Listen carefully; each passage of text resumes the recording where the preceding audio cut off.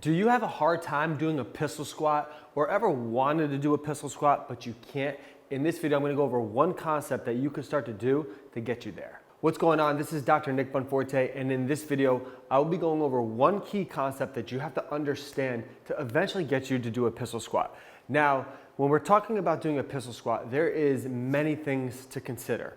There's a very large mobility component to this and a strength component to this. In this video, we're gonna be going over the strength component and how to progress throughout this. Now, speaking personally, I have always struggled with the pistol squat. Specifically, my mobility was very, very bad. I'm still working on it, and I've progressed to the point where I can do a pistol squat down to a yoga block. But in this case, we're gonna be going over some modifications you could be doing to progress yourself throughout this motion. Okay, so to start, you want to get a box or a bench that you can actually control yourself down to and stand up to. So for an example, we'll use a hypothetical situation of this is the only part where I could do a pistol squat to, or this is the only part. So in this case, a simple thing you want to do to get your starting point is kick the leg out and go down like you're doing a pistol squat. Now, if you can go down to the box and come up with a nice controlled motion just like this, you already own that range of motion in terms of your strength,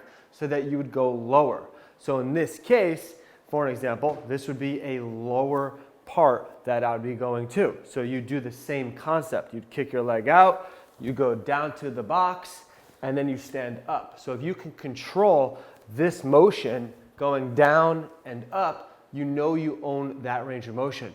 So in your specific situation, you want to monitor where you can actually go to and stand up. For an example, if I'm going down like this, and I'm struggling, I'm falling, and you can't get up from this part, then you know this is a little bit too much of a range of motion that you would have to then progress up to.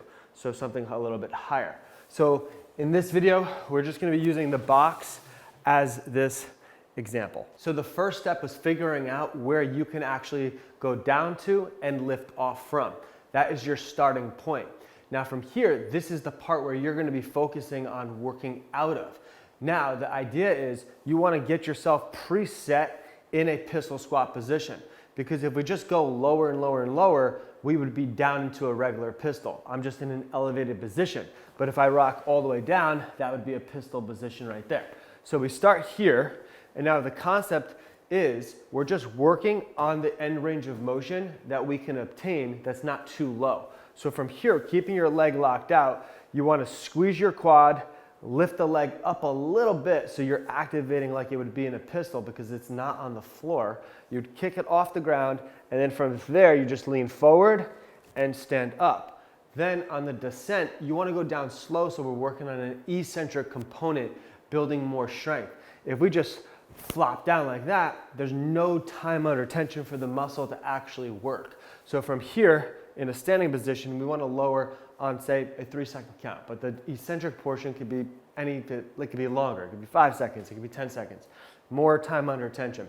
So from here, we'd go on a 3-second count. So 3, 2, 1. We hit the box, this isn't touching the floor, and then we come up. And then 3, 2, 1, and then come up. What we're doing is training the body how to function in that range of motion to then work out of. So we're presetting ourselves in a position we actually can own that's a little bit challenging and working on the strength component in that part versus going too far, going into a compensation and not being able to build strength out of it. Now, building into this concept, after you do the range of motion that you can actually go into, you then want to progress yourself to a point where you can't necessarily get out of.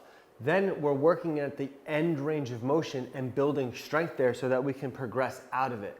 So in this hypothetical situation, imagine that I couldn't stand up from here. This would be too low for me. So in your situation, when you're figuring it out, you'd go down to a box, and then as soon as you start to stand up, you would struggle and you can't stand up. That would be your end range. And then this is where you would be. Now the concept here is we get in this position and we're building an isometric foundation. When we build an isometric foundation, we'll be able to produce force out of it because it's our sticking point.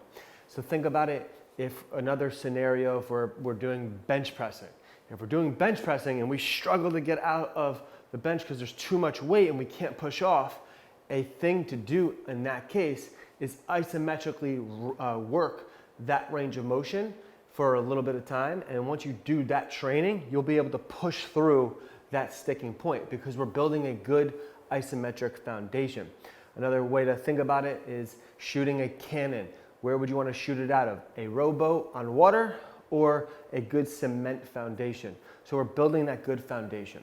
So in this concept, we're here like this. Now from here, we're going to be using a little bit of momentum to then help us here. Now we could also be holding on to some support. We could also hold on to some counterweight, but the idea is we're on something that's very supported and we're working on this range. So from here, I'm just going to rock a little bit to gain a little bit of momentum and bring my butt off the box just an inch or so. And I would want to hold that for an isometric for about 1 to 2 seconds. So I'm here, I'm going to rock a little bit, 1, 2, and then come off of it. 1, 2, and then come off of it. 1, 2, and then come off of it. What I'm doing as I rock off and I lift my butt off the box, I'm using my leg to stabilize throughout that motion. Now over time, this helps build that isometric strength so that next time you get in this range of motion, you can power through it and actually stand up versus not being able to. So you get into that position. From here, we rock, 1, 2, hold.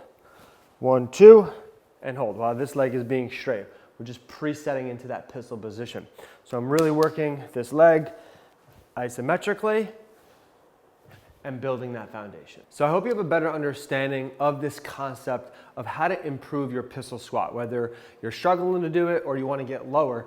These concepts that we're going over in this video is demonstrating things that you could start to do to then eventually get you there. Are there other things that you have to work on? Most likely, probably. You got to work on mobility, most likely, and strength at the same time. In this video, we just worked on the strength component. So the idea is we're getting into a range of motion to start with that we can control and building adaptation and more time under tension to the muscle so that it can build more strength. That way, you're building more capacity to actually move in that range of motion. Then progressing on that concept is lowering yourself into a position that you can't necessarily get out of. Then from there, whether it's with support, holding onto something, or a counterweight, you're using a little bit of momentum to get your weight onto the leg to adapt it isometrically. Building a good isometric foundation into a range of motion that you don't own at the moment helps you in the long run, because when you build that strength and that isometric foundation in a lower range of motion, eventually over time, as you keep building strength, you'll be able to go through that sticking point of yours and ultimately get lower into your pistol squat. Hey, before you go, if you found value in this video, I would really appreciate it if you support my channel by subscribing down below, liking this video, and don't forget to turn on your post notifications so you never miss a video from me. This is Dr. Nick. I'll see you next time.